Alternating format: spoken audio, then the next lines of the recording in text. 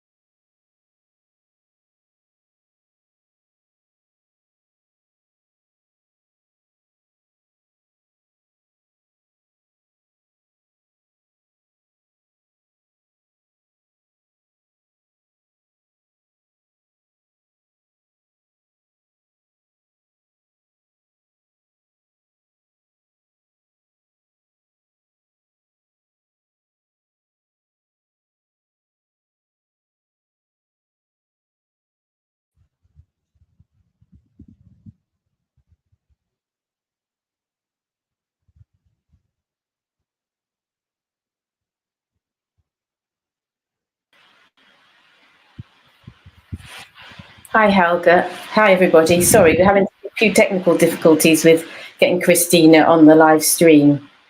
So Helga, I don't know, do you want to have a look, should we go through some of the slides we've got, Helga, while we wait for Christina to come along? Is that okay? Yeah, thanks everyone and welcome to the rally. So hopefully we'll get Christina on in a minute to talk to you this evening. But while we're waiting for that, just give you a couple of reminders of some key dates. So ballot papers for members in England, Cymru Wales and Northern Ireland will all be posted out tomorrow. So members should start receiving them from early to middle of next week. The ballot helpline will open on the 1st of November and ballots need to arrive back. So making sure people post them nice and early because they need to actually arrive back by the 18th of November in Northern Ireland and the 25th of November in England and Cymru Wales. Thanks. Let's see if we can get Christina up. I think Christina's going to leave and then try and come back in again and see if we can get her video going. So hopefully she'll be with us in a minute. While she's doing that, Alison, shall we do the next slide and just give you a couple of points about some of the things you can do as members who are really keen to help us get this vote yes for the NHS ballot to be a success. So we've highlighted 5 things you can do to make the difference. Obviously, we need you to post your own ballot back nice and early so that you can then be part of the effort to get all those other members to do the same. So make sure you're talking to your colleagues in where you work about why, how and when they should vote. Lots of branches will be doing phone banking sessions, texting sessions, and they need volunteers to help with all of that. So that's all about reminding members of how to vote and when they need to get their ballots back. Also, where you work, if you can make sure there's lots of leaflets, stickers and posters with the Vote Yes messaging on, so that everyone remembers that we've got a live ballot on. And finally, we've got lots of resources you can use on your social media channels to get the word out. We've got some links on the side of the slide there that can tell you where you can get hold of those. Yeah, and we've got some, we've got some good stuff coming up soon as well. We've got quite a bit of good stuff on that site, on those websites, resources and things to help remind members on getting their ballot back. When does the ballot close, Helga? If we just nip back to the previous slide, it's 18th of November for Northern Ireland. So, right. And the key thing is that's the date the envelopes have to be back by. So people really need to be posting them several days before that, especially with postal delays. And then for England and Cymru Wales, 25th of November is the date that all the ballots need to be back for them to be counted. Okay. You think Christina is going to be able to join us? Let's see if we can talk to Claire. Claire's not with us either, is she? So let's see if I can get her on email.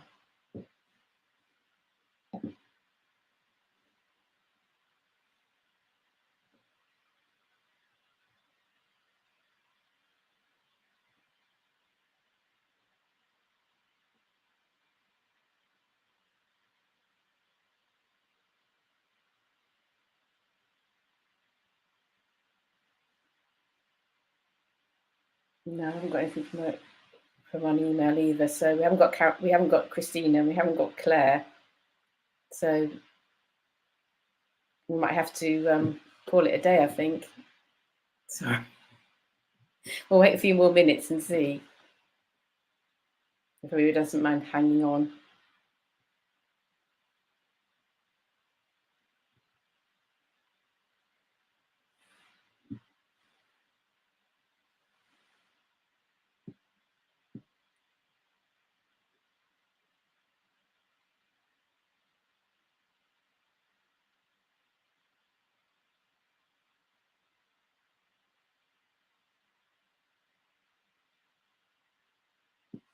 You know what we should have done is done a WhatsApp group for us all.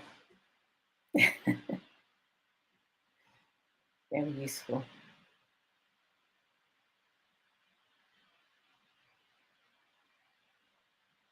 Yeah, I don't think neither Christina or Claire are in the studio, so I think we're going to have to abandon it. Helga, what do you say? Well, hopefully at least we've given people some key dates and some web links that they can look at, and the video that was played at the beginning is available on those as well. So when the videos that we play, because we've got 2 videos, we've got the 5 reasons video, and then we've got the lovely the reasons why people, the members saying why they're voting yes. So where will those be available? So the 5 reasons video, if people go to the nhspay.org website and go to the resources section, they can find that there. And the members video, we haven't got that there yet, but it looks like Christina might. While I've got you here, Helga, I just want to say, because I put captions on that video, so I'll give you the caption video because that might be more useful for people posting on social. I can see Christina, she's on the phone at the moment. Okay, I'm going to bring her in.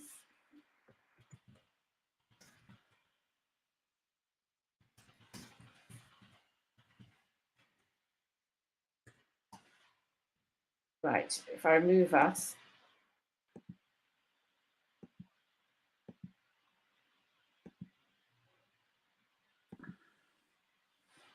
Hi, Christina. Hi there. Right. Yeah. Sorry about that. We had a few technical issues going in and out, and Yeah. oh, your camera has disappeared again, but we can still hear you. Right. Sorry. Give me a second. I'll try and come back in. No, I won't come. No worries. Let me do something.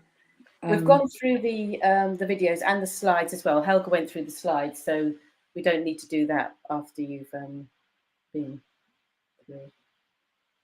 Right.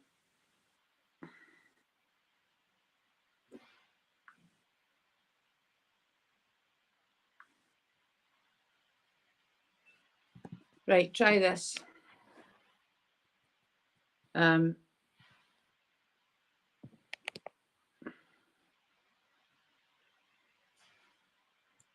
How's that? Can you hear me? Lovely. Can you see me? Yeah, can see you. Okay. Can hear you. Right.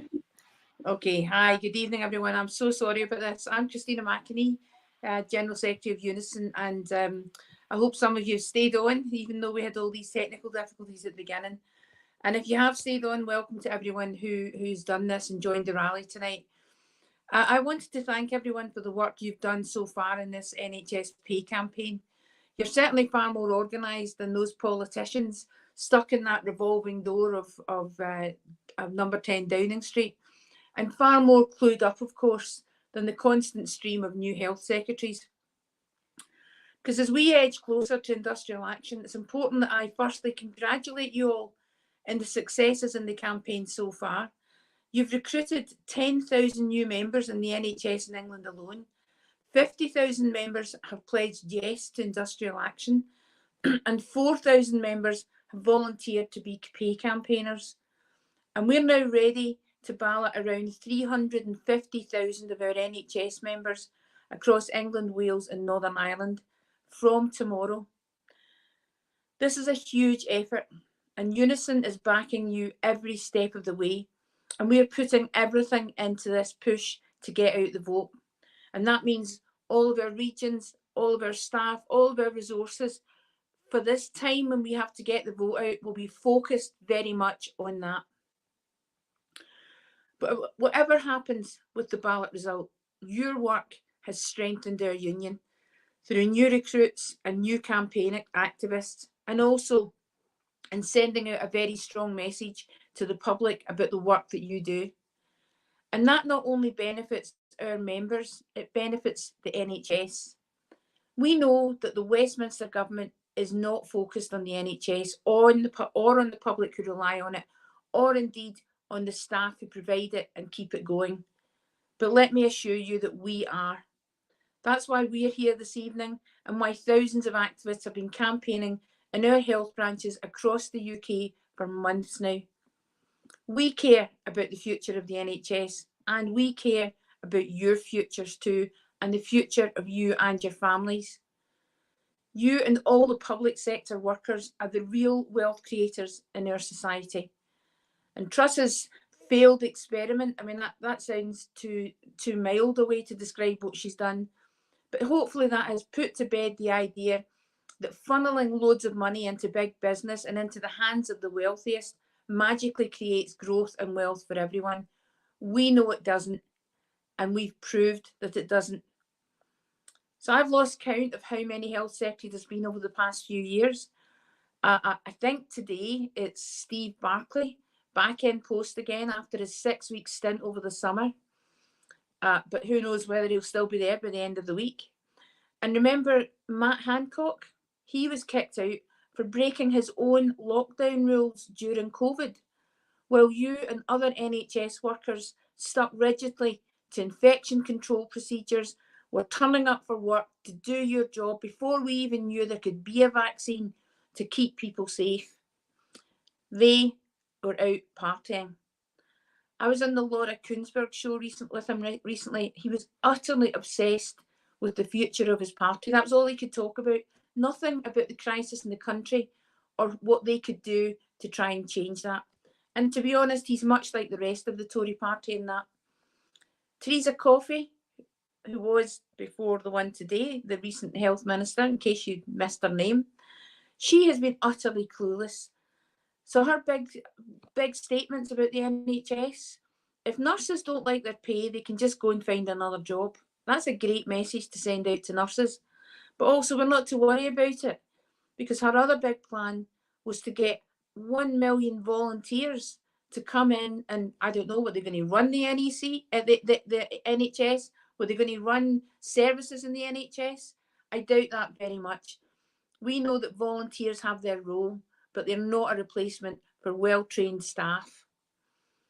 And it's working people who are paying for their incompetence every day. So now, as I speak, we have a new MP, Rishi Sunak, and he has a chance now to offer more to the NHS. If he really wants the NHS to be stronger, he must give it the resources it needs to tackle the growing workforce crisis. And that starts with giving you a second pay rise. He has to stop the drain of experienced staff from the NHS. And if he acts now, it could help thousands of families get the security they need in knowing they will be able to pay their bills. And if he acts now, the NHS can be properly staffed. I've been speaking in the media about our NHS strike a lot recently, and everyone knows how difficult it is, how difficult things are in the NHS. And I've said over and over again to them that we could find ourselves in a situation where the staffing levels that employers say are needed during a strike are actually higher than the staffing levels in many services and departments at the moment. This is how bad things are in the NHS. You all see it every day. Growing waiting lists, a looming winter crisis, your colleagues leaving for better paid jobs or leaving early on retirement, and everyone experiencing increased stress. And we know the appalling facts we've seen about food banks. About 30% of NHS trusts are now providing food banks for their own staff. That's a shameful period in the history of the UK. And if I'd been asked that, 5 years ago, I would not have believed that that would have happened. So if there's anyone on this call who's found themselves in those circumstances, I want you to know that we are doing everything we can in the union to get you the proper pay rise you deserve. Because what you've been offered at the moment, the £1,400, is nowhere near enough. For most staff, or many staff in the NHS, it represents about a 4% pay increase. Inflation running at getting on around about 10%, that's a pay cut, and that will have a massive impact on you. That's why I'm hoping and calling on all of you and everyone in the union to do everything we can to get people to vote in this ballot, to vote, vote, vote. Now, we're encouraging people to vote yes, but quite frankly, because of the turnout laws, we just need everyone to vote. We want a yes vote. We want to send a strong message out to the employers and to the government that they can't treat you like this, and they can't treat the NHS like this. So over the next few weeks, I'll be I'm hoping to visit health branches in different regions, and hopefully I'll get to see some of you in your workplaces. Because even the effort of getting us this far sends out a very strong message about how seriously we take this. And even this effort puts pressure on governments and employers. So we have to keep the noise going about the NHS. We have to keep that narrative going any chance we get, any chance you get, about how serious this is for the NHS. The power of collective focus and action excuse me, has forced an improved offer from the Scottish Government. They've now been offered £2,025, and the Health Committee in Scotland has decided that they will pause their strike. They're putting it on hold, and they will go out and consult members on the new offer. I haven't got all the details yet. My understanding is that they won't be making a recommendation. They'll be leaving it up to members. Because we all know that striking's a last resort and it's not inevitable.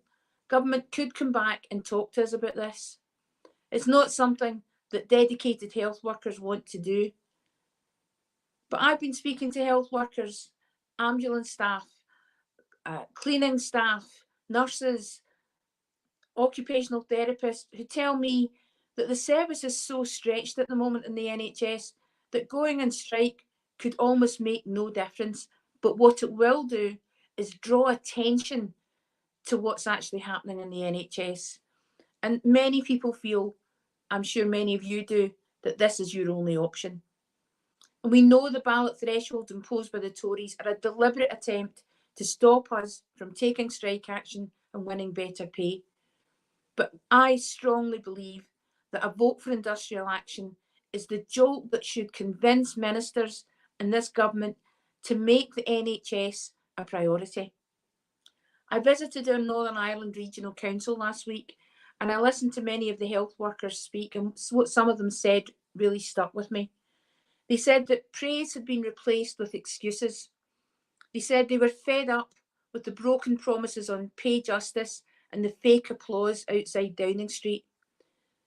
And they refused to be pushed from the front line to the breadline. That defiance is being felt across all of our health committees, all of our health branches in every nation and region. So let's turn that anger into positive action. Let's get the yes vote that we're all hoping for. Let's get out there and talk to members and workplaces about why this is so important. And let's make sure we get a yes vote. And before we finish, I think we're going back to some of the slides just to give you a quick reminder of the key dates for the ballot. Alison, have you got a slide to show?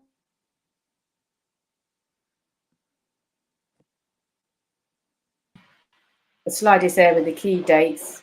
The ballot papers go out tomorrow, but they may be delayed getting to members because of postal strikes and so on. So there may be a few days to get there, but they're going out tomorrow.